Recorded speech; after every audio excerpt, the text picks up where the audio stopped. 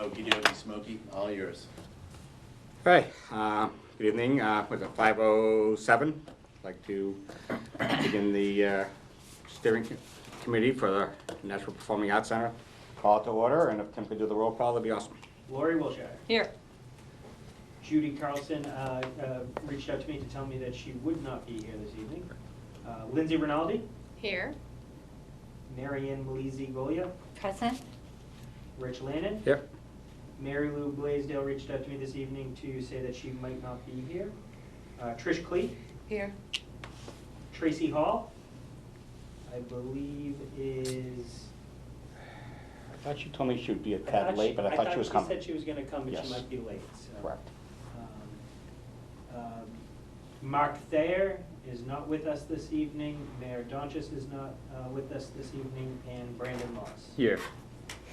So we have 6, and then with me filling in as the mayor's designee is 7. You have quorum. You may proceed. Yeah, great, thank you. I know there's one thing I'll talk about. Do you have any updates on your end on anything other than Ned's presentation or? So I discussion? incorporated my updates into Ned's presentation, so Okay. you'll get a slide on it when the time comes. But I can give you a couple of quick updates.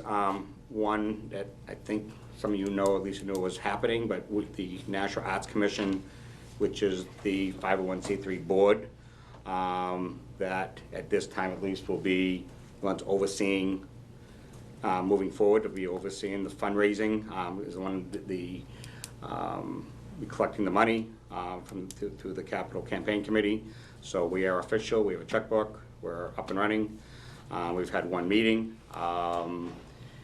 There will be 9 board members. There's 8 official, and there's 1 that we're trying to wrap up this week.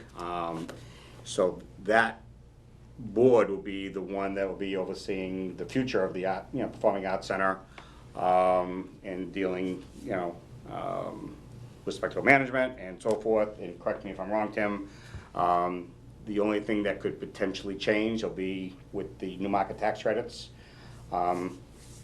Hopefully not if, when that comes to be, there'll be another 501c3 that will have to be formed that will end up owning the building, because the city cannot own that 201 Main Street. So there'll be another one formed with new market tax credits. If for some crazy reason that doesn't happen, or we don't want it to happen because somebody wants to drop millions of dollars on our lap tomorrow morning, and we get going quicker, then obviously the board we have now is the board. So there'll be 1 or 2 boards. But we literally just formed. I am the interim chair of the board until we do an official election that we'll do. We have a tentative meeting early December that may get put off to early January.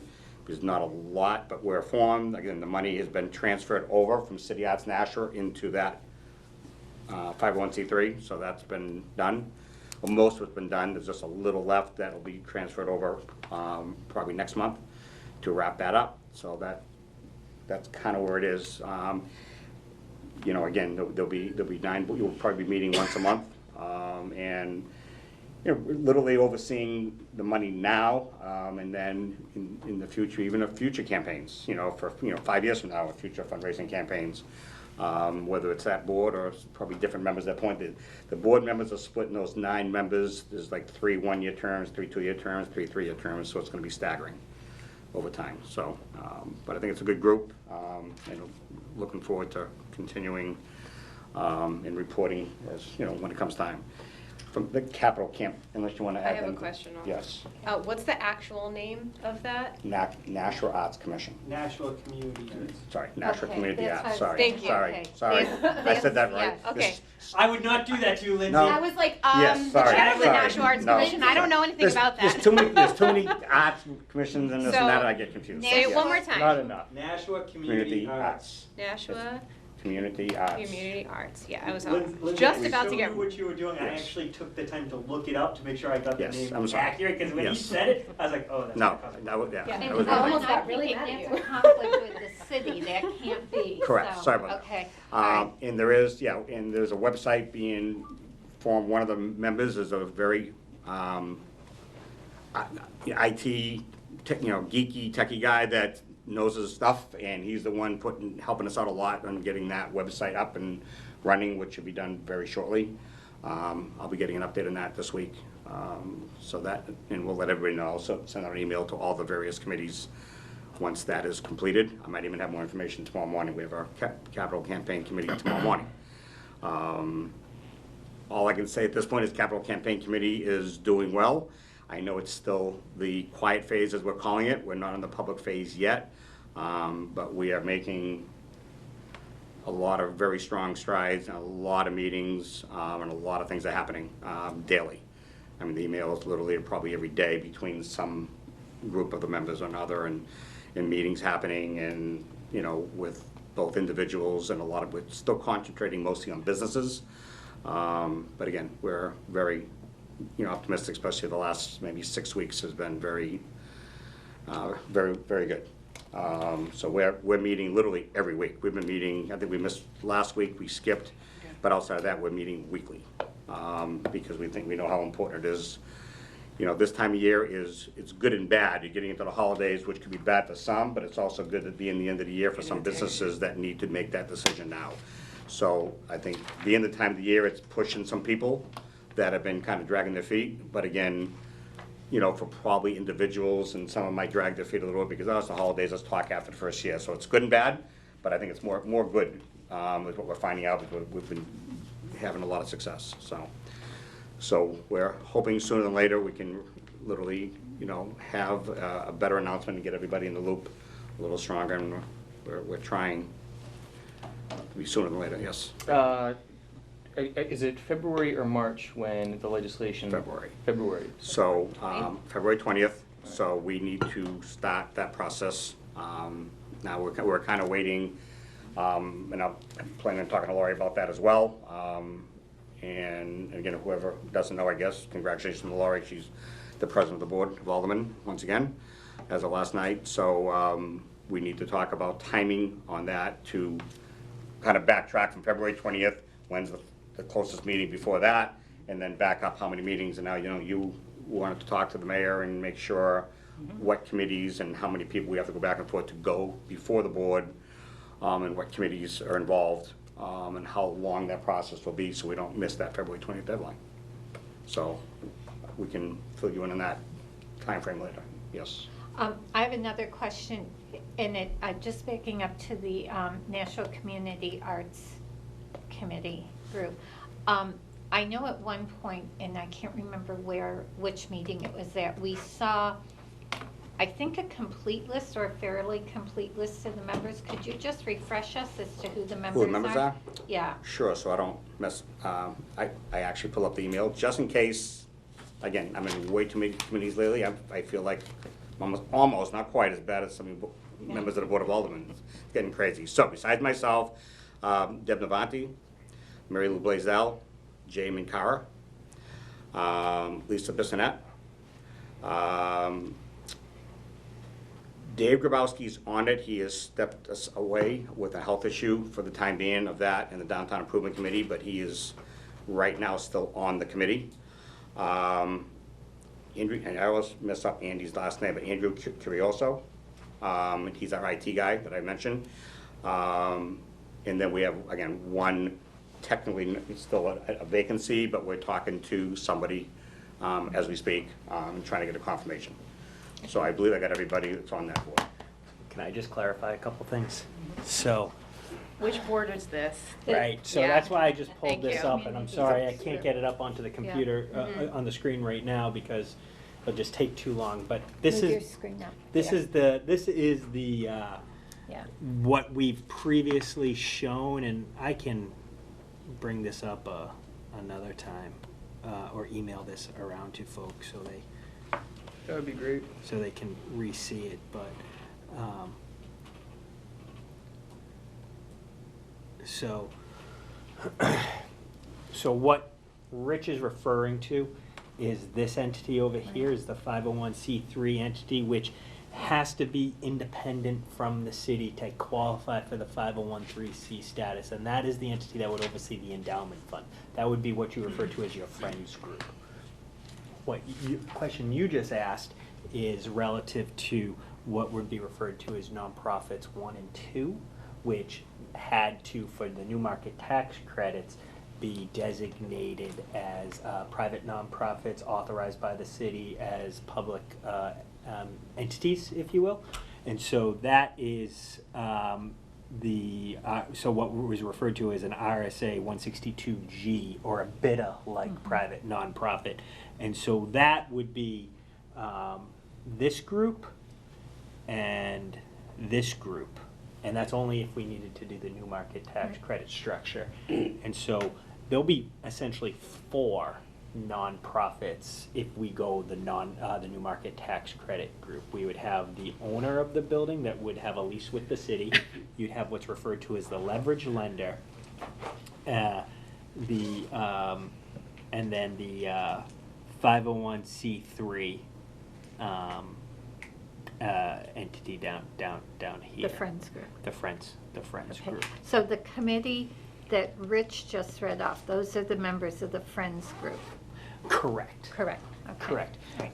Now, in all likelihood, just because there isn't so many people that can fill all those spaces, there's going to be a lot of overlap. So if you heard what Rich just said, it's the chair of the steering committee, it's the chair of the capital campaign committee. So there's consistency. Right. There's that continuity, which for this complex project was the best way to seem to structure it. So I can resend this out to folks so you can have it as a refresher. Could I ask you to do this and also attach it to the minutes of this meeting? Because Yeah. I think it would be helpful for the members of the public. If you could send that out and also maybe address the roles of both of those 2 on the bottom, and then for this Friends Committee, identify what its new official name is and who the members are, and even although we have 1 vacancy, just indicate 1, in process to be announced. Yeah. And if you could send it to the whole board so everyone's aware of where we are, because I think people get lots of questions, and I think the formation of this group and the fact that they've already had a meeting and things are moving forward in this manner just further points to that there is forward motion and there is progress. So to that point, I was actually going to ask, would it make sense to do a Board of Aldermen update? Because we Yes. haven't done one in a Yes, while. I and was just saying that to. Maybe I'm happy to come whenever you want. If maybe it makes sense to do it in November or December or whatever. But I wanted to put it out there. So Yeah. Yes. Well, and I will tell you, someone came to me about it, and I was like, okay, Tim will announce this. I'm waiting for him to announce Yeah. it. So I was hoping we would hear about it tonight. Yeah, and maybe Alderman Wilshire, since we're talking about it now at our next meeting, if we can get it on the agenda. We for might have a Tuesday. presentation at our next meeting, so let me look at the agenda. Okay, yeah, so at least get this out to the board before, we're Like a talking status about. update? Yeah, Yeah. just so people have a hard copy, so people can say, yeah, if someone calls, these are the members of the committee. Yes, you heard it correctly. Yes. Forgive me if I'm misremembering, and maybe we've gone beyond this step, but like a while back, I felt like there was one of those nonprofit boards was actually made up of some of the folks in this group, including myself. Which one of those was that, Tim? Do you happen to So know? that would be referred to as the Qualig B, or the owner, which Okay. would be a lot of this group. And as I said a few moments ago, that would also be a lot of the people on the Friends group as well. Because it's all the same people per se who's actively involved. But so to answer your question, if we do the new market tax credit structure, which is what we're One of our driving goals, toward, that's yeah. our goal. It would be the Qualig B entity that would be the entity that would, I'm hoping that this group would be the group that would be involved with that. Okay, thanks. And Tim, I can't remember, but was there something about limiting the number of people who could be members of both? Is there some restriction on Yes. that? Yes, so depending on The IRS, which is the 501c3 designation, that has to be completely independent. It can't be a creature of the city, which is why the private nonprofits, the two that have been adopted by the city, those are creatures of the city. Those wouldn't qualify for 501c3 status. And then with the new market tax credit regulations, they have to be separate enough independent entities from a tax perspective to qualify as different entities to receive the money, so you weren't laundering the funds, if you will. And so you have to have some independence. So you could, I'm gonna say that our tax attorney who helped us set the structure up said something like you could have, and don't hold me to this, but something like 80% of similar boards, but you need to have like 20% different people, you know, in that 70 to 80-ish % range. So you can have a majority. No, misremembering. I asked that question and he said you cannot have a majority as being substantially similar to all the boards to be deemed different. So you have to have a less than, you can have like 40% of similar people on every single board. So, but you can't have the same majority on every single board because you wouldn't qualify for the new market tax credit. Yeah, for some reason I thought he had said it was like 2 or 3 2 or could 3. cross over. So but you I could, so wasn't if you have sure. like a 5-person board, you can have 2 out of the 3 people. You couldn't have 3 out of the 2.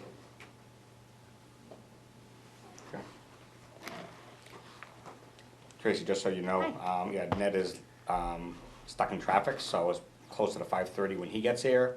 So we've been just talking about the new 501c3 that's been formed, and Tim just went over kind of the structure of the other potential 501c3s that could, Also arise. yeah, because of new market tax credits, so there'll be additional boards. And I just want to note for the record that Tracy Hall just joined us at 5:23 p.m. Any other general questions from anybody while we're waiting for Ned? Can I ask a question? Sure can.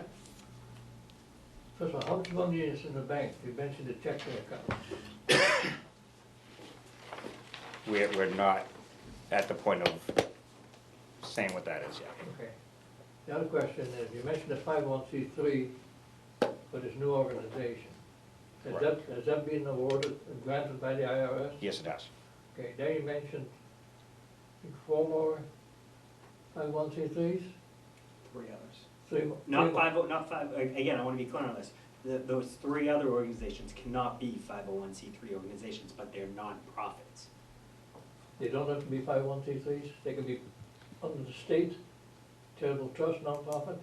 Right, private nonprofits. That means they have to be registered with the Attorney General. But they Correct. don't be, but you only need one 501c3, and then you have been awarded. And that is organized now, correct. That's all in IRS with an IRS number. We have a tax ID number, registered with the IRS, checking account formed and all that, yes. If you're aware that you're gonna have to fill out a 901 on a long-term form or a short-term form.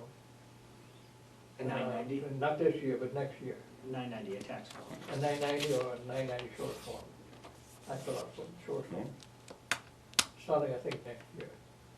I would think, yeah, when they fill it. No, this year, I think, when do they get formed? I'm not sure the timeframe is. If This it's- summer. You may need to check, you may have to declare. And you got money in there, because you're not announcing it, at that point it'll be public.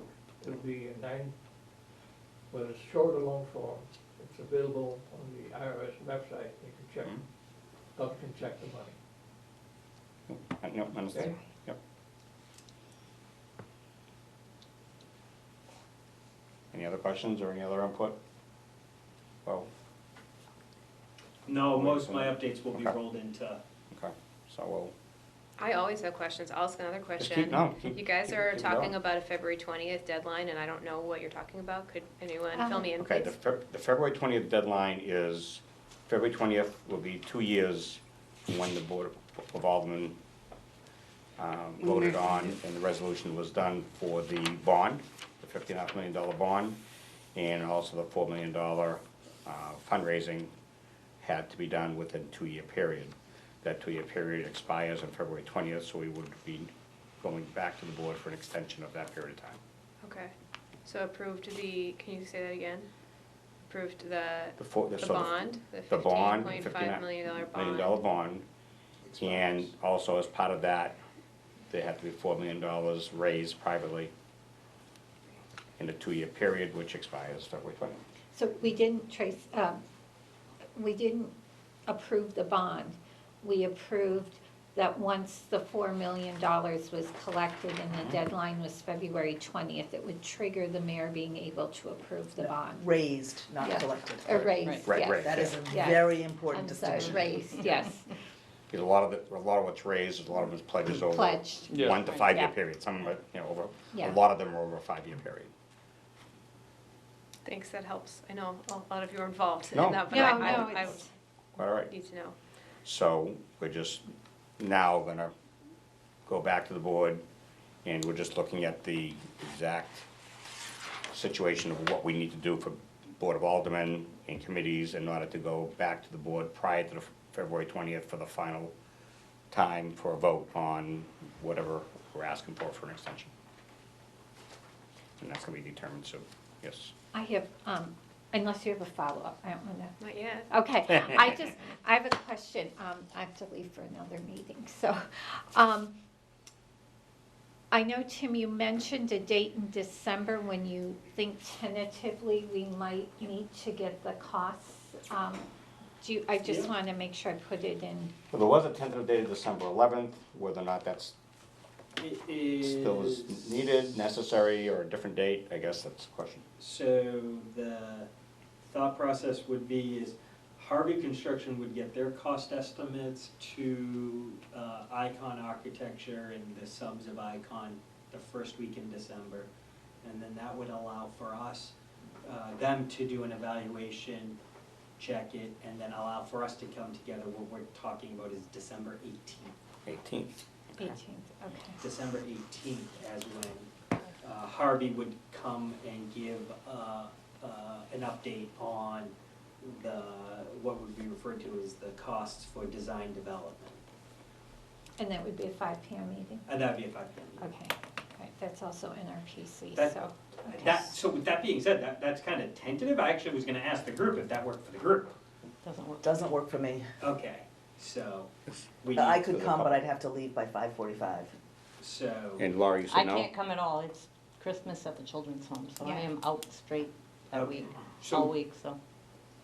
we could push it to January. I mean, we could do it the first week in January, we could do it the week prior may be difficult, but we could look at doing the 11th. This is gonna create a problem with trying to get the February 20th. Well, I it's couldn't separate. do the Getting really, 11th. really The close. extension? The You second, the second Wednesday of every month is the Chamber's Business After Hours. That would be the I have to 11th. be there. That's the 11th. So the 18th, you have to leave early as The well. 18th, the I've got a third 6 Wednesday. o'clock. So that's the third Wednesday. Yeah. So The can we go 25th to, is Wednesdays Christmas. are a challenge. How about the 25th? The 25th? Yeah. how about the 12th? I'll be here. Who's gonna play Santa? Thursday, the 12th? I'll do that. My beard will grow in by then. Thursday the 12th, I'm hosting a dinner party. Okay. What So- about Tuesday the 10th? Tuesday the 10th. Board of I'm sorry, I'm We have gonna a be a Board of real pain Aldermen in the butt, meeting. yeah. But we can still do 17th? it, we can still do it early at 5 o'clock. I've got a Bruins game.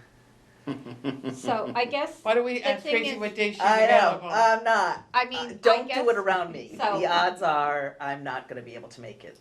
maybe you just send it out and see, like, put out Yeah. 3 dates? I am booked every single, I mean, Monday the 16th? December 10th, even though we have a Board of Aldermen meeting, that doesn't start till 7, 19th? 7:30. Well, that's worse. That's where. How about Monday the 16th? Closer it gets to I was gonna 19th say Christmas, the the doesn't work worse. for me either. Monday the 16th? Monday doesn't work for me. I can do any other day. I'm the one who's gonna throw it all off, so don't worry about me. You'll have to just do it without me. Are people working and available the week of the 30th, or is most people gonna take that off? I'm available that week. I am. I'm available.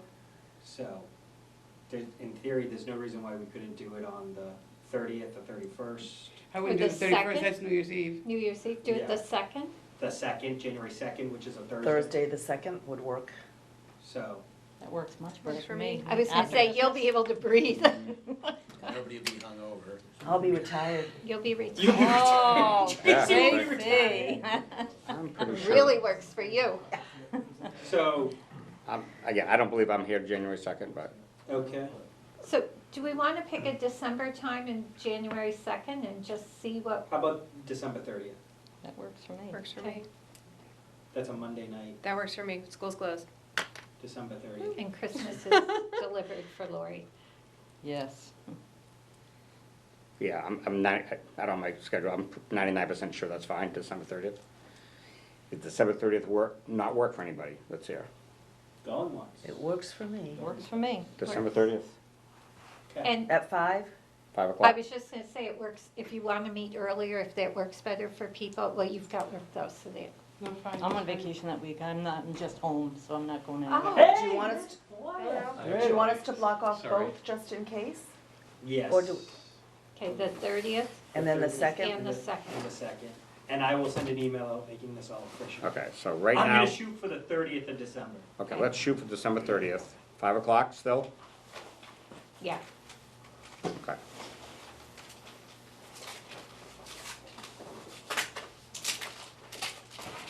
Do we And want I to? assume, I'm sure you'd have to just make sure with Harvey that that's okay, Well, they're that's- the ones, That's gonna be a critical, right, they're the ones that we're having this meeting for, so they obviously need to be here.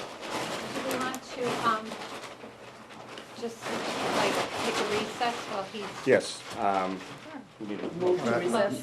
Yeah, move to recess? Pressure on me sub. Second. Oh. Second, yeah. All right, well, Ned gives us, For yeah, anyone who well, Ned wants hands to out see what we've sandwiches. been working on. Whoa. move Wow. second, I think all those these in are favor so say cool. aye. Okay, yeah, we moved and seconded, all in favor? Aye. Aye, opposed? And you can just We send are us that. adjourned. At 5:34, we are recessed. Recess. Yeah, we'll bring him to Tim's wife. Yeah. That's a burn right there. Well, There's a lot of love in this group.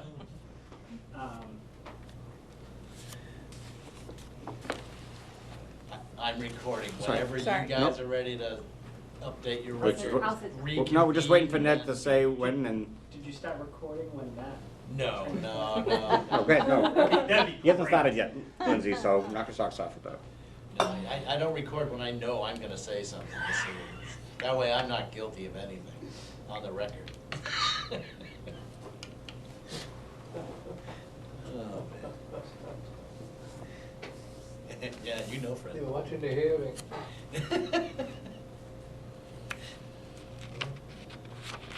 It's just bribery or is it quid pro quo? Yeah, oh, I don't know. I was doing video stuff all day today. It's been a long day. I didn't get to watch or listen to any of it at all. You won't be able to miss it when you go home. Oh, good. Okay. You good? Okay, so we need to, Rich, we need to Needs the motion, reconvene. needs Right. to. We need a Motion to motion to reconvene reconvene. the meeting. We have a second? Second. All in favor? Aye. Opposed? Meeting is reconvened at 5:41. And we'd like to announce that our architect has joined us, Ed Collier. Yeah, that's enough. You're all set. And Mary Ann has, Hold on, bring it. Mary Ann has left for another meeting, but with Tracy Hall here, we still have a quorum. Great. Well. Good evening. It's good evening. It's nice to see all of you. It's been a You while. can't see us now.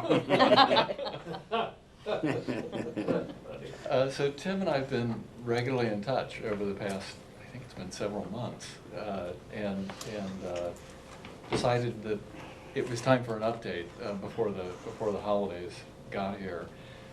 In part, the time has been very conscious delays, first to allow our engineering team to catch up with the development of the architectural documents, and that actually came at the request of Harvey Construction. And we were more than happy to accommodate them because it will only help improve the cost estimate that they're working on. So we're gonna do a quick update on the schedule. Tim's gonna touch on the financing, then we'll get to the pretty pictures and talk a little bit about next steps. So one of the things that went on, that we took advantage of, courtesy of a lot of Tim's effort, was having some exploratory demolition done in the apartment building. That was something that is invaluable to the design team, particularly the structural engineer, in determining exactly what was going on in that building. And I've got a few slides or a slide to illustrate some of that exploratory demolition. We're now much more confident in this set of documents in the structural conditions that we're reflecting in that building. And that helps to kind of reduce risk, as we've talked about before. We didn't, in fact, complete the second design phase, design development documents, and gave them to Harvey Construction at the beginning of this month. They have been diligently working away. I know this because they keep issuing RFIs, which are requests for information, to the design team. And they're actively reaching out to their sub-consultants for more detailed cost input. Our expectation is that we will receive a draft of the design development estimate on the 6th of December.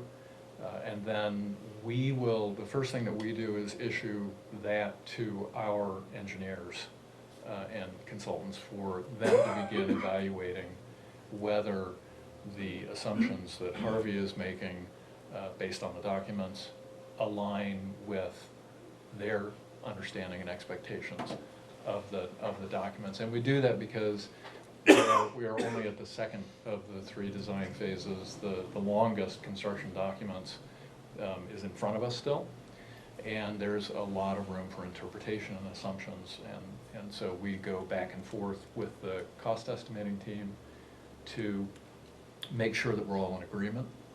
And if there are issues with the estimate, clear those up. If the estimate is high, we need an adequate amount of time to put a plan together to bring to you when we see you on the 18th of December for how to bring the project back on budget if necessary. The construction document phase follows pretty shortly thereafter, assuming all is in order. It will take us roughly 4 months to complete the set. That's why we're saying we're only halfway there with that big pile of paper.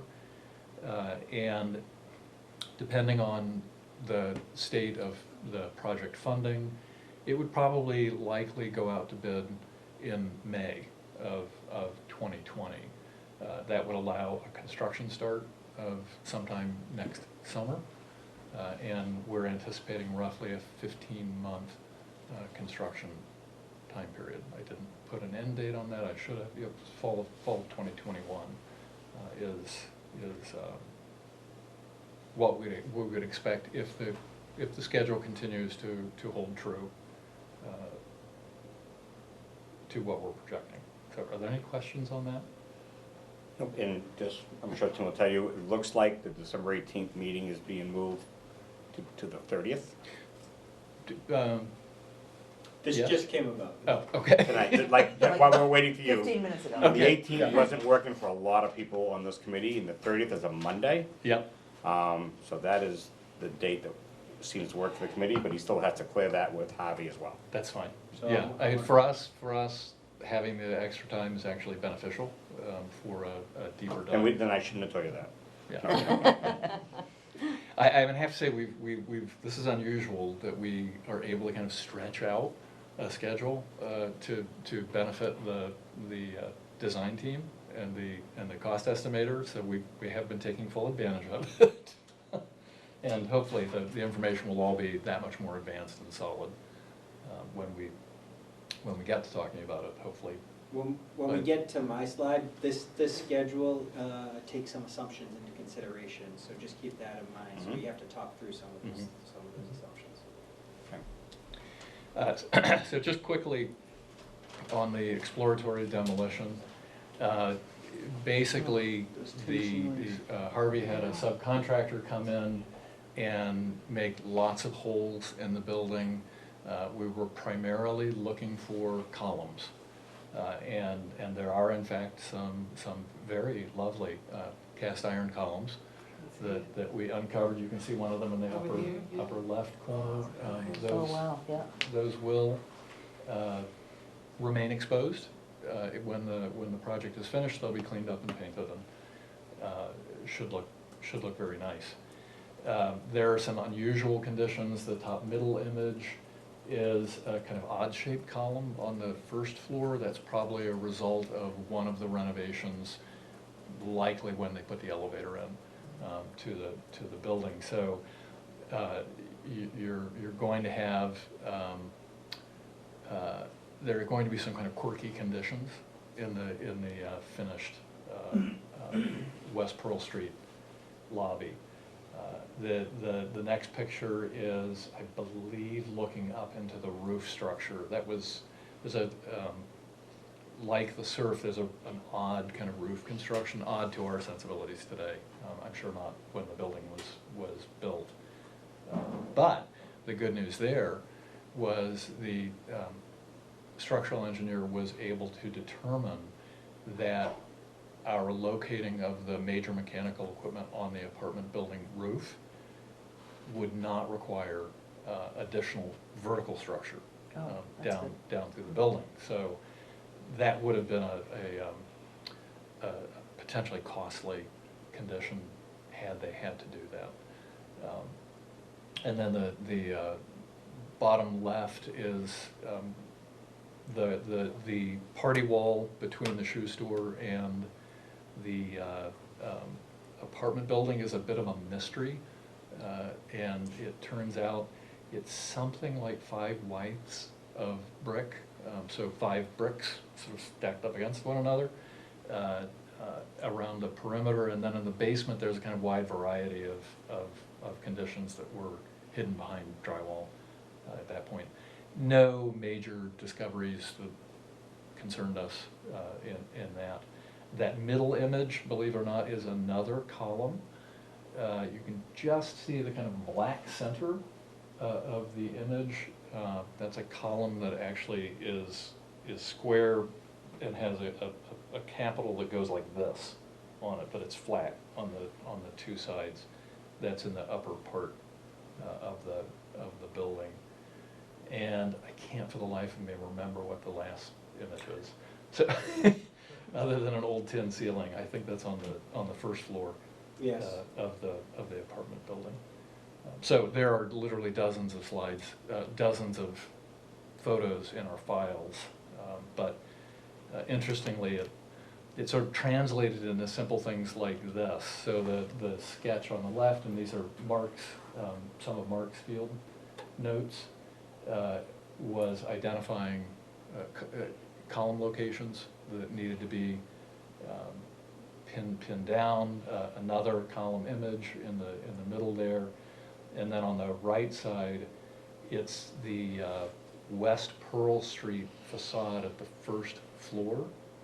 Because one of the things that we need to know is when that wood storefront fascia comes down, what's behind it.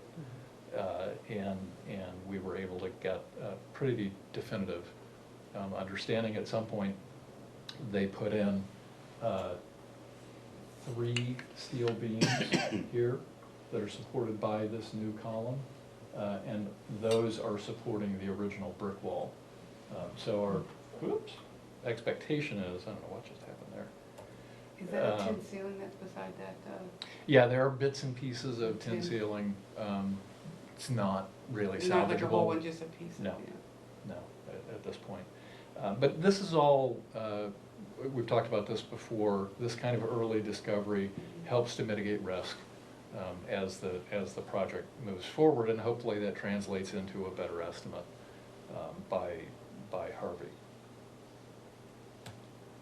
So I do want to tip my hat to Tim on finding the money to enable that to happen.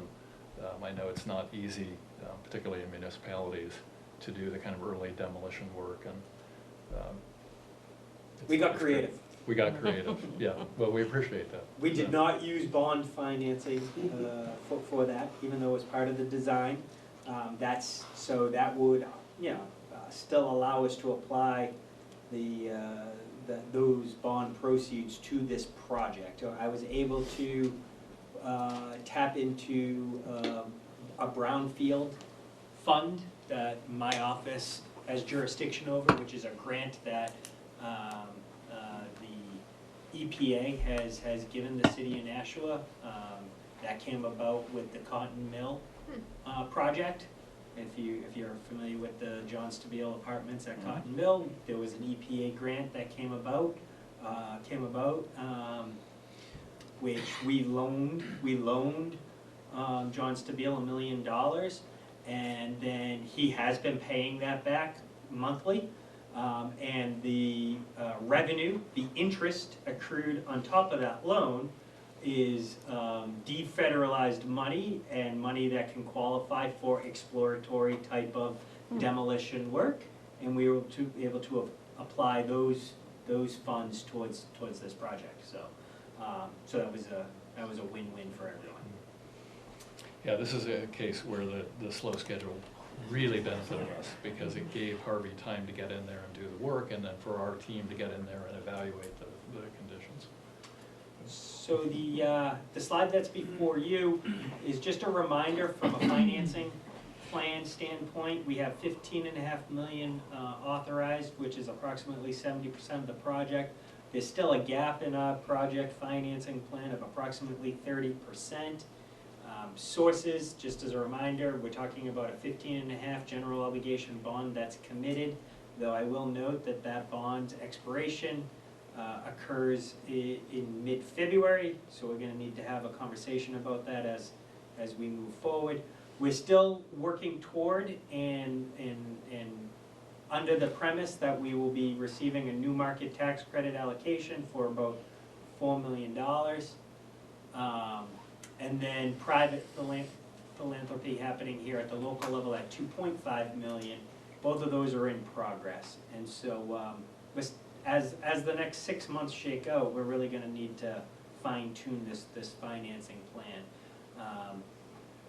The costing exercises we were just talking about will occur in early December with hopefully this group getting back together now at the end of December to kind of go over the new numbers that we get based off of the further design. The numbers that we have still right now are from schematic design, so they're a little stale, and it would make sense just to give everyone the most up-to-date numbers. So that meeting in December, I think, is going to be really, really critical.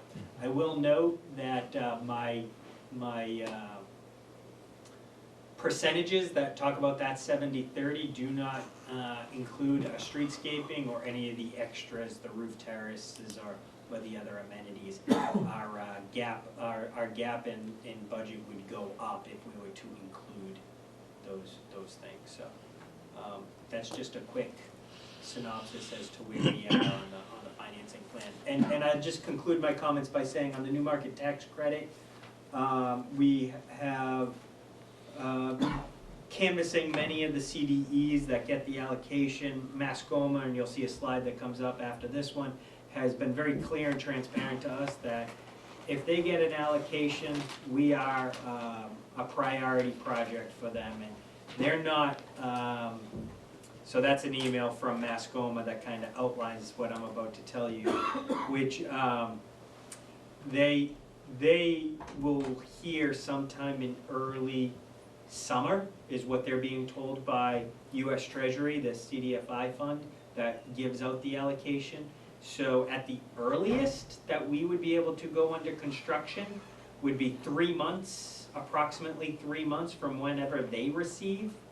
So you're looking at late summer, early fall type of time frame, depending on when the allocation comes.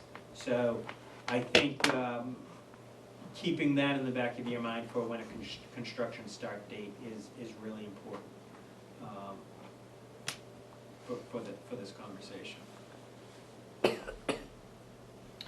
The other thing that we've been doing, and this is very much a work in progress, is working very closely with Fisher Dax, that's Joe Mobilia, and Brian Nocello from Centec, and Pete and his team on really drilling into the audiovisual and theatrical equipment budgets. Pete just got this earlier today. He had a question back to me requesting more detail. This is why I'm saying it's a work in progress. But you'll see that all of the theatrical equipment, rigging, draperies, the lighting control system, the light fixture package itself, the seating is all in there, and I'll have an update on that a little later. The seating prices are actual estimates from one of the companies that manufactures the seating, so should be pretty reliable. And then in the audio-visual equipment, and I didn't bring all the detail with me, so please don't ask any detailed questions on it. We have the base AV system, that's remained constant since the schematic. And then there's been a fair amount of conversation around the sound system and the house and the stage monitoring system. And I believe that the numbers that I'm showing here for the Lena system are reflective of recent conversations with Spectacle and Centec. There's been some back and forth that my understanding is that the Meyer, this particular line of the Meyer sound system is a very good system, and that they're offering a very good price for it at this point. We are currently over budget, but that's something that we're working on and we'll figure out as we go along. So I don't. What's the Jim touching? Yep, Tracy? Just a real quick question. So the fourth column over, that's the budget that we were originally No, thinking? that's So where what's the difference between the two columns? So we had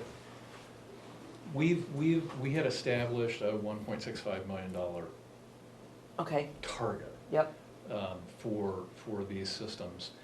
The seating throws it off a little bit, so I think there's some evaluation of that we need to take a closer look at. The original budget that Tim had was $2 million. So we've been hovering around that, and we had shifted some money out of $2 million in his larger spreadsheet to cover loose FF&E, furniture, yep. and things like that. That's why I'm not sort of being really precise about it, because they're kind of moving parts and pieces. So the left-hand column, the second column, and the fourth column, what's the difference? I mean, obviously there's a monetary difference, but what's the? At the schematic phase, it shouldn't actually say budget. That should say what the estimates were for the equipment at the schematic design Got it. phase. And that's what they're at the coming, design actually coming, development got it, okay, phase. that's what I was looking for, thank you. Wait, the left one is the, The left one is- column, the closest one, Yes. is the current. The most recent, Perfect. And we've got the schematic one there for comparison, just to see Yeah, where the. where the changes were. Where the changes were. The bulk of the change is in the sound system, and that's because, I doubt anyone will recall this, there was a huge range in the various sound systems.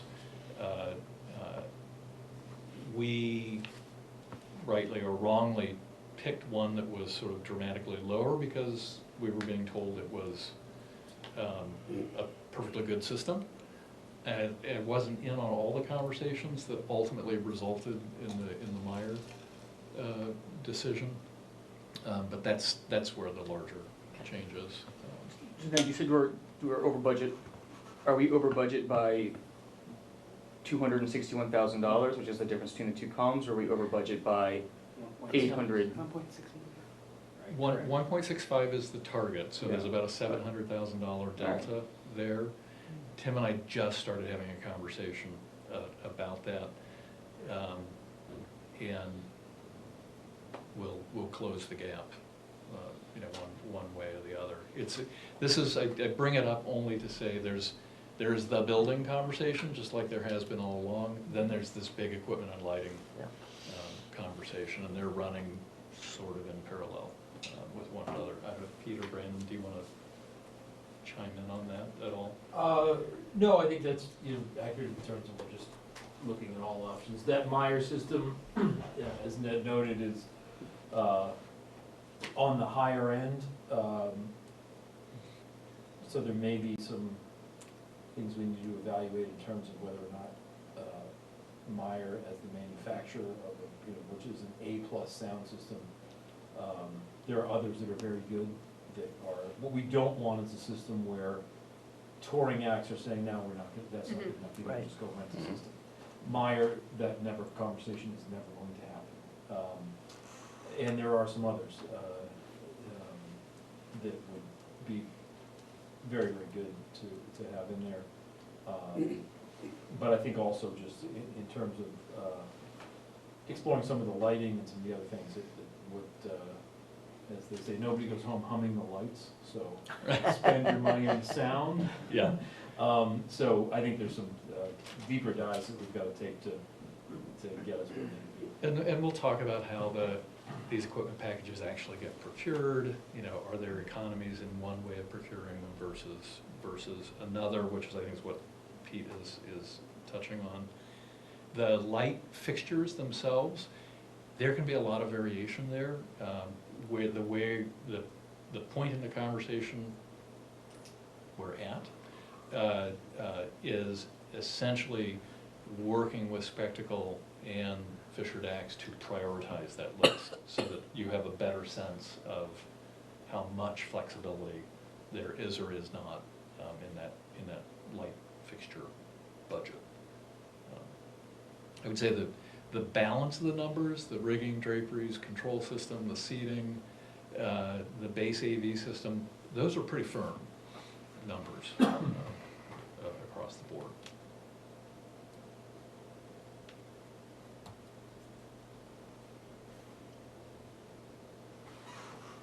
It's frozen? It froze.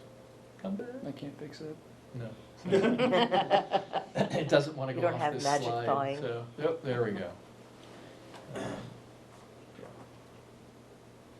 So these are just little screen captures of the set of documents that that are on the table. The floor plans have not changed in a significant way since the last round of presentation documents. What they are reflecting is a greater level of precision. The toilet room counts, for example, are better worked out. The structural system and the architecture are beginning to work better together with one another. We are, post this issue, studying the exact location of the freight elevator, because in an ideal world, we get it to fall between the existing columns, which it is slightly off of, and you can't quite see it there. There's actually a column in the freight elevator right there. That could be a challenge. But we've done some sketching on that, and we opted not to include it in the DD package because it was late in the process, and the kind of domino effect of it on all our consultants would have created confusion for Harvey. There is one change, and I honestly don't recall whether we had discussed it. I know we ran it by Tim.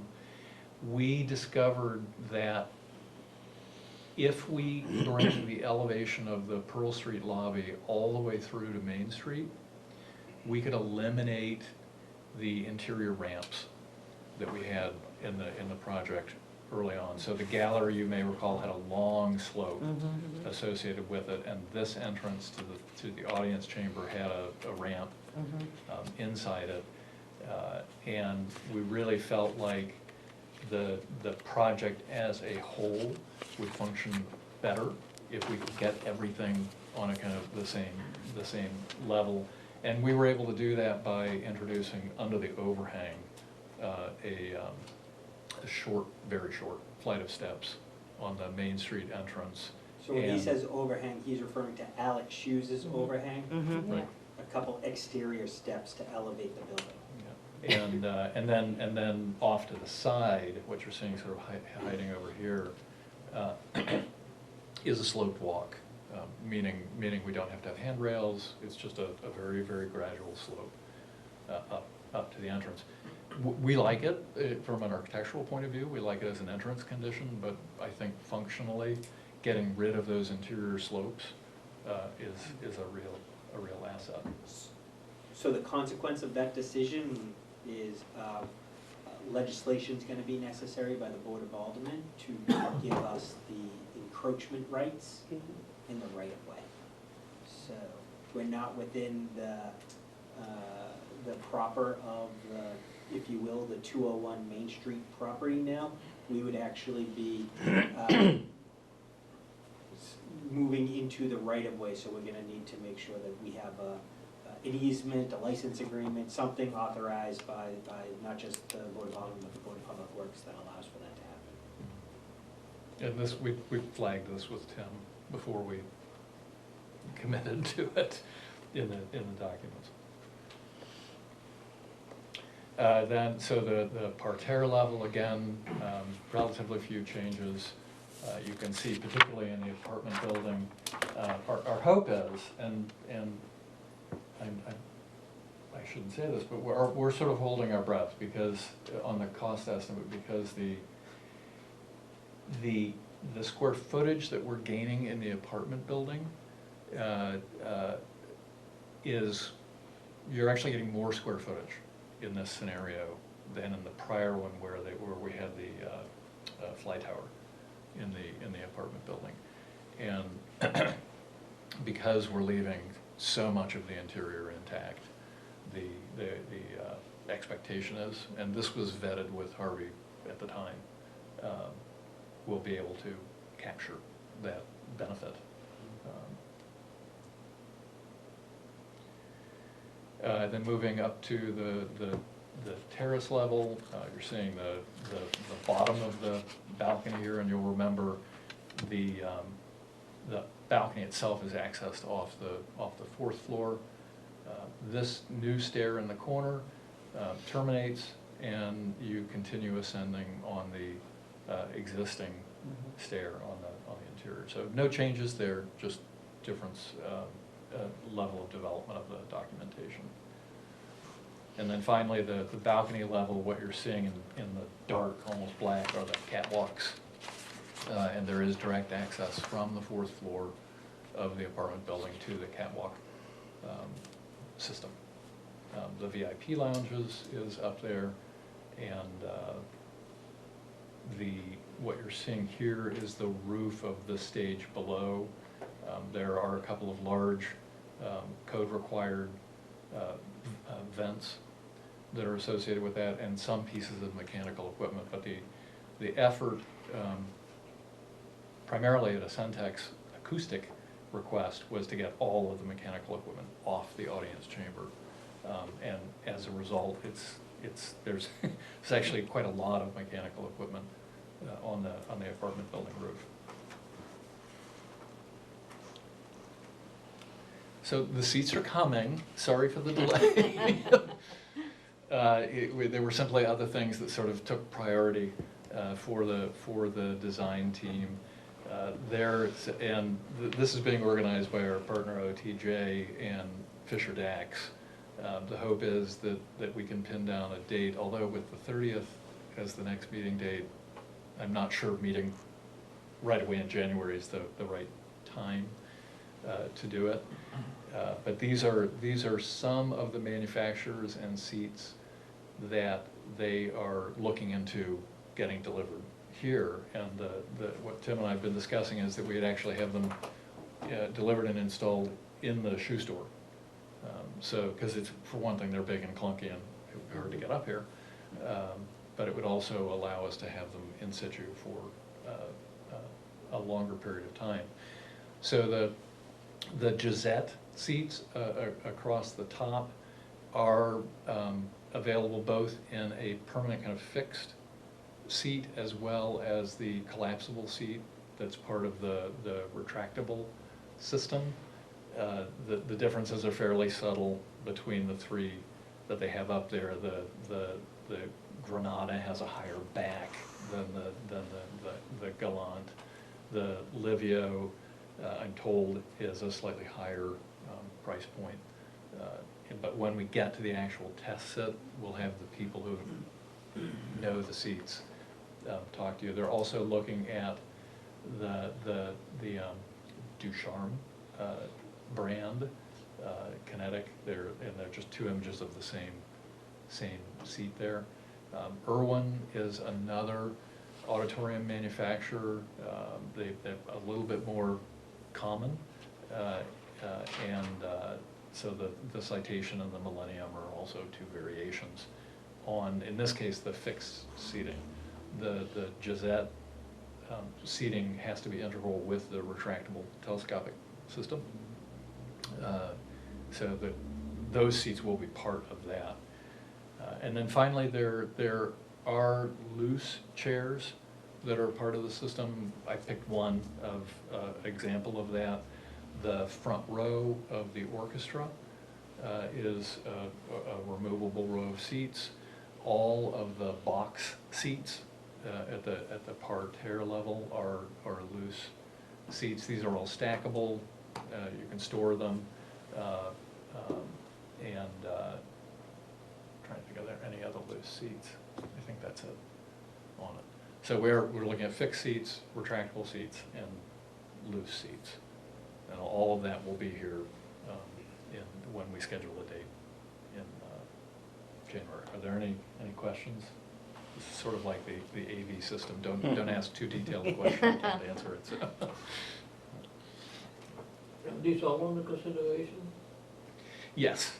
Yeah, at the moment, the cost estimates that we have, I believe, assume the Gisette Gallant seat and the Gisette Basis loose seat. But they're all sort of in a range of one another. And the idea is to give you an opportunity to pick.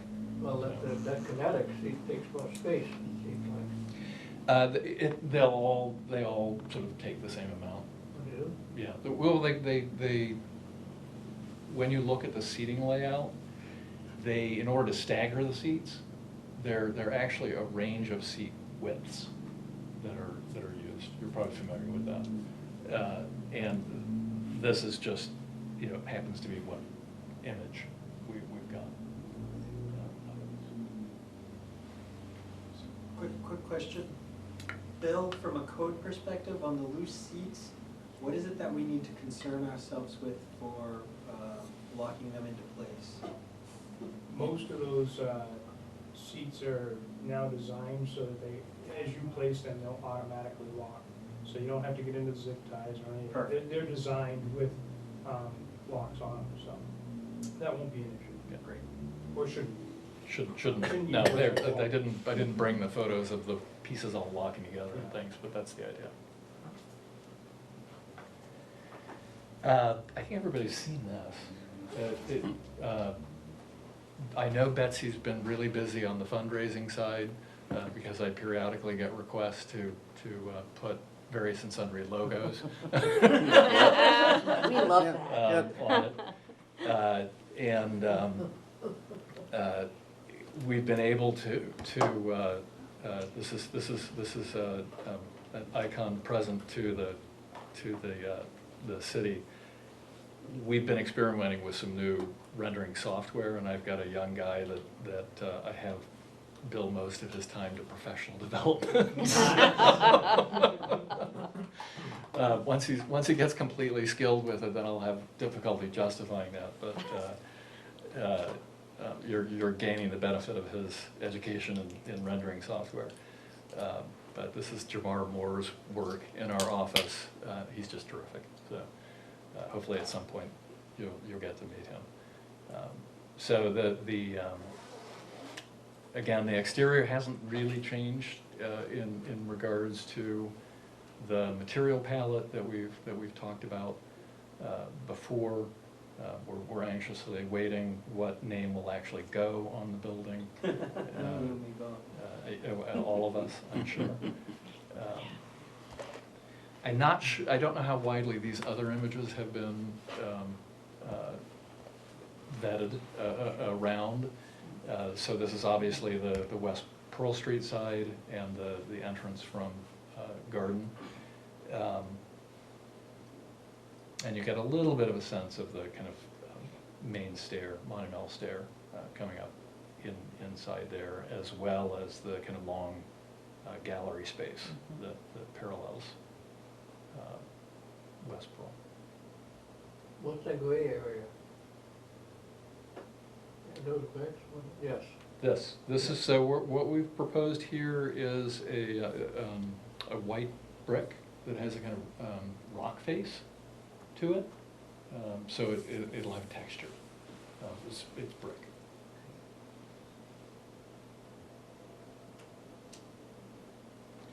And then looking from the opposite direction. Again, hopefully no surprises for anyone, just better imagery for the fundraisers. Where would the roof terrace be, if you have option? The roof terrace here, so that's a kind of add-on. That's an option. That's an Is that option. being priced? It is being priced, yeah. And then, again, the brick occurs here abutting the surf, and we went with that kind of palette because it complements. There's a lot of limestone on the street. Tim at one point had asked us to talk about the kind of urban design aspects of this and the cornice and all of that. It's all sort of embedded in the scheme at this point. That alignment with the surf's cornice is very intentional. Nice that it worked out, that we could do that. The enclosure of the audience chamber is pushed back from the street in order to maintain a kind of lower profile at the street face itself. And then, of course, most importantly is kind of opening up the bottom of the building so that you can see inside. And then these are, so very much a result of working with Betsy, because these are the images where the various donor signs come and go. And what you're seeing here is the retractable wall opening into the audience chamber with the seats retracted and a banquet setup on the outside. One of the things that the design team proposed, and I think Betsy's running with, is a kind of walk of fame where your donors might actually be able to purchase say a bronze star with their name, and it would actually be set just like Hollywood into the concrete flooring. Harvey is actually helping us get a price for that, so we can help the fundraising team determine what the price point for that would be. And that walk of fame, excuse me, is both along Main Street and along West Pearl Street. So there's actually something like 42 stars you could potentially have. That's cool. Along both sides of the building. The upper ceiling here will be an exposed structure. The lights are actually pendant lights at that point, and we have suggested a particular fixture for the lobby. It's probably the one point at which we're sort of overtly having fun with the pendant. In this case, this is the fixture. The rendering doesn't quite show it exactly. and then an example, similar kind of space where it goes in. So the idea is that they actually hang down fairly low, and it's a very large fixture. It's actually about 3.5 feet tall. And there are 4 of those fixtures, but that's really the only place where the architectural lighting is stepping out, so to speak. And that's a subject for conversation.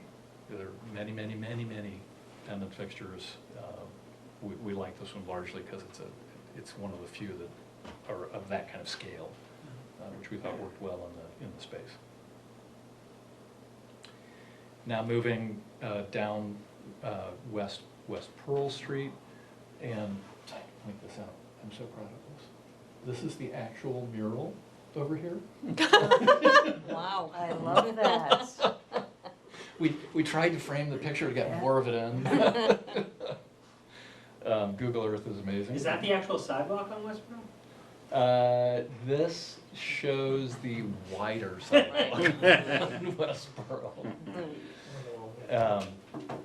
And so we're standing at the bottom of the West Pearl Street stair, the entrance. There's a recess with potential seating. Might not be artwork there. It's more likely going to be some sort of theater information at that level. The structure is all exposed up here, as well as the ductwork. It's all going to be painted. We jokingly say painted out, as though that's an actual paint color. But when we get to the final paint palette for the building, we'll be vetting that with you, as well as furniture. All of the colors have been chosen from the palette that we previously shared with you. And then this is one of the entrances to the audience chamber and the elevator over here. And between these 2 walls is the quarter back to the toilet rooms. The wall lighting here actually won't be individual fixtures like that. It'll be a linear LED fixture. And then turning around and looking back toward Main Street, the gallery itself, which is one of the naming opportunities. So the lobbies, the gallery, and kind of a sense of what that sort of inside parallel street is to West Pearl Street. This is courtesy of Jamar again. You can just see the column capital right there. It doesn't show up so well. It shows up on my screen. We are actually indicating the exposed columns in that location.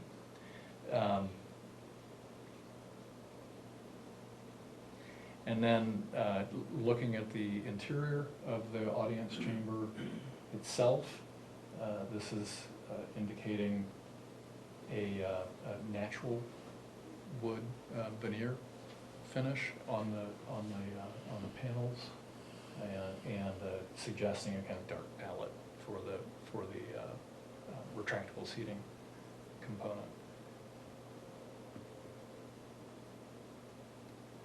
And then finally, standing on stage and looking back out at the seating. That's nice. So here are the parterre box seats with the loose chairs and the balcony seating up above with the mixed position right there. The big red thing that you're seeing up here is one of the acoustic panels, of which there are 3 in the audience chamber. You're not seeing them because they're disappearing behind one another, and then the catwalk system up above. Yeah, where's the access to the seats on this side? So here? Yep. So those are entered in this back corner, right behind this one. So the retractable seating is from this line down. So once it's retracted, these last 3 rows of seats are fixed. So that's the parterre, and then you would move down on either side. And then for the balcony, it's a little difficult to see. You're actually entering from the back corners of the balcony. And these are the rails that collapse as part of the retractable, the telescopic seating system. So that's the design update. Any questions before I look at next steps?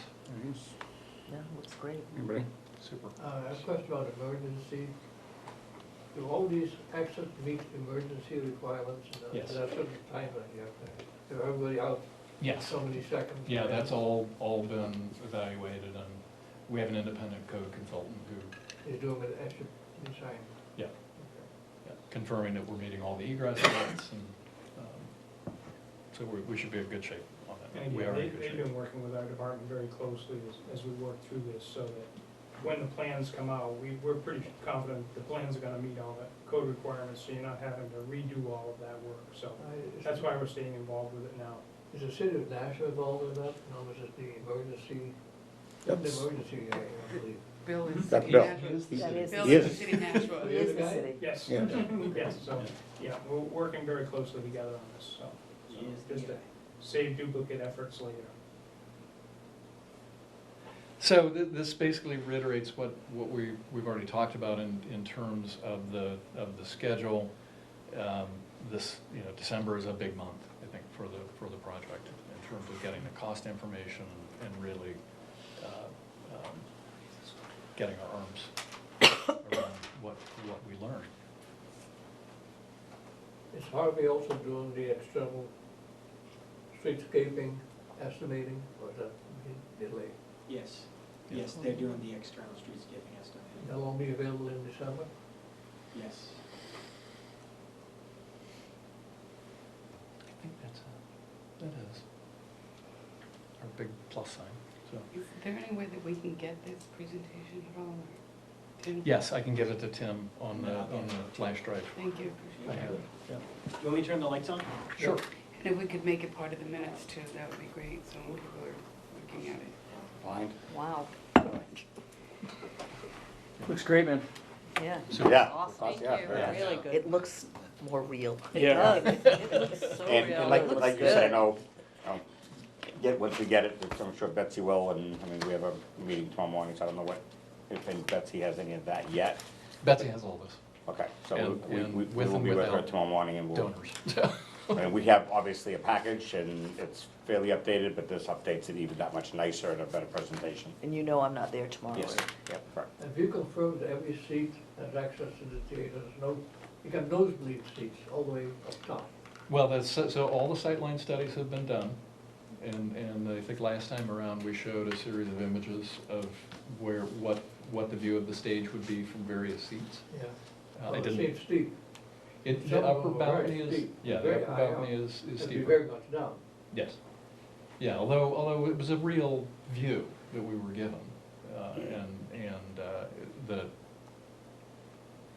from the theatrical designer. And so, to Fred's point, actually, and others in the room have brought this up to me, it's not the closest venue, but there is a venue, the Sotomayor Theater in New York City is a real-life representation that if anyone wants to take a trip to New York City and go see that theater, you could actually see in real life what it is that's being proposed here. How's that, exact design? What do you mean? In terms of the rate. The upper rake. As far as the It's seating is, very similar. yes, as far as those, Yeah. yeah, Yeah. how steep it really is in the I seating. presume those are cheap seats, right? The The cheap- low-cost seats? the Oh, cheap Yeah. seats well, are that's fine. up to Pete. Well, where are the cheap He's seats? gonna charge a premium for No those. such, no such thing as. All of a sudden, Yeah, they'll no be in such thing demand. as cheap seats. $1,000 No, a no seat, cheap no seats. cheap It's seats. closest to the VIP lounge, those are gonna be the That's most right, expensive. absolutely. And if it's a little steeper, you're easier Yeah. when you're short, you can see over the You can person in see- front of you, rather than not being steep, then there's somebody Yeah. always blocking. It's nothing worse than There's a pro and con there. sitting in front of a tall person, right? Oh, Or tell me sitting, about it, yeah. sitting behind a tall person. Yeah, Right. that's the challenge. I don't trust anyone taller than me. I'd have problems if that's the way I did that. Lindsay? Yeah, maybe Tim's already done this, but one of the things you kept saying in your presentation was, you know, because we've had a little bit more time, you were able to do X, Y, or Z. So what I'm anticipating that to mean is we're able to learn more, that will hopefully save us money later. Is that accurate? Oh, God, I love you. I Because, cannot get him to say yes to that question, but I've asked it repeatedly. I mean, what I'm thinking of is if we have to go to the Board of Aldermen and ask for this delay, a good, like, support for that, for extended timeline would be, well, with this time that we've had so far, we've been able to have this kind of benefit. The party line is it's reducing risk. I guess I would throw in, to me, it means that you are more definitive when you're going in. There's less of a need to change things, and every time you have to change things, once a plan's in place, it costs money. Cost money, right. So the fewer things you have to change, the fewer times you have to change things, the less expensive it is in the long run. Yeah, and As anyone who's ever done a construction Is there project knows. any, but there's nothing like, you know, 3 to 5 bullet points that you could say, because we did these things, because we took more time here, that's gonna benefit us later? Is there something in a summary? Sure, yes, yeah. I wouldn't translate it into dollars. That's where, you That's know, fair. It's definitely, and I think Harvey would reinforce this. Yeah. The more we know about these buildings, the more it benefits the construction process. You know, unknowns are the enemy. Tim's carrying a contingency, an owner's contingency. Which I would love to reduce, but I'm not being allowed to. Right. I mean, I might imagine that. That's where you would see the benefit. Yeah, I mean, I might imagine if we could give the Board of Aldermen a few tangible examples of more time got us to better understand X, Y, and Z. Mhm. And that's why we need even more time. That could make our proposal stronger, especially if it comes from the architect as opposed to just our committee. Right. And Well, am I thinking right? Yeah. The main benefit right now of the time is the design team was able to document more, and the estimating team is not under pressure to kind of produce the estimate. You know, normally we produce an estimate and review it in 3 weeks. This is taking far longer than that, and that's because we can accommodate Harvey. It's taking some of the guessing out of it, you know. Right. Some of the guessing what might be in the wall, now you know what is in the wall. Right, and in terms of the estimate, you know, there's more time for them to ask the design team questions, get responses to them, adjust. You know, so it's, the money part of it is tough, you know, because it's, I gave up long ago trying to predict pricing. You know, we rely very heavily on the people who give us cost input on a project. Part of the problem is architects tend to be very optimistic, and we think we could do a lot more than you actually can for dollars, as are most people, I think, in that regard. So I tend to sort of be very at arm's length from the pricing process. Well, how much, because Harvey's gonna carry how much of a contingency percentage? Well, the owner will has a contingency. I know about him. Their contingency, I won't know until I see their estimate. Because I'm very, in answer to her question, Yeah. that's what dollars change. The less time you have to estimate, the more you add to that estimate. Oh, absolutely, For yeah, risk, yeah. and that shows up in the contingency dollar. Right. The more comfortable they So, are, the in answer lower to their her question, contingency will really, be. it does show up in the cost reduction, because it shows up in the contingency part, which is obviously part of the total package. Right, yeah, because both the owner's contingency and the CM's contingency tend to drop as the project develops. You know, and it's just it's not a real straight line between what we're talking about And there's 3 contingencies. Does it do? Which ones are there? we have an estimating contingency.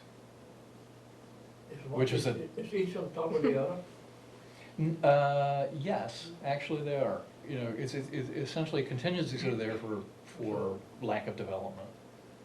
So that 20% sits on top of your percentage, and his 10% sits on top of that 20%. Right, on top although of the your percentage. design contingency is probably down around 3% Yeah. right now. It's low. I don't know what Harvey's gonna put in. 'Cause 3%? Hmm? That's low. Yeah, yeah, it should be. I mean, I was, before I came here, meeting with another general contractor in this case, and we just finished schematic design, and that's a small theater project. They were very confident that they were gonna carry a 5% contingency, and I kept saying, I really think it should be a 10% contingency, but it's their call, and it was a confidence level on their part, so they held to that. And so we have 3 contingencies, and the thought process is, once we release those funds, that would then be available to put into the project, so the roof terrace or something else that maybe the committee would like to see, we could add in. That is not part of the project right now, so we'll. Yeah. Yeah. But we're carrying 3 contingencies right now. Right. So we'll know a lot more soon. Any other questions? Anybody? And then one question, Sure. that roof thing. When does this committee have to make a decision of things like that roof terrace? Great question.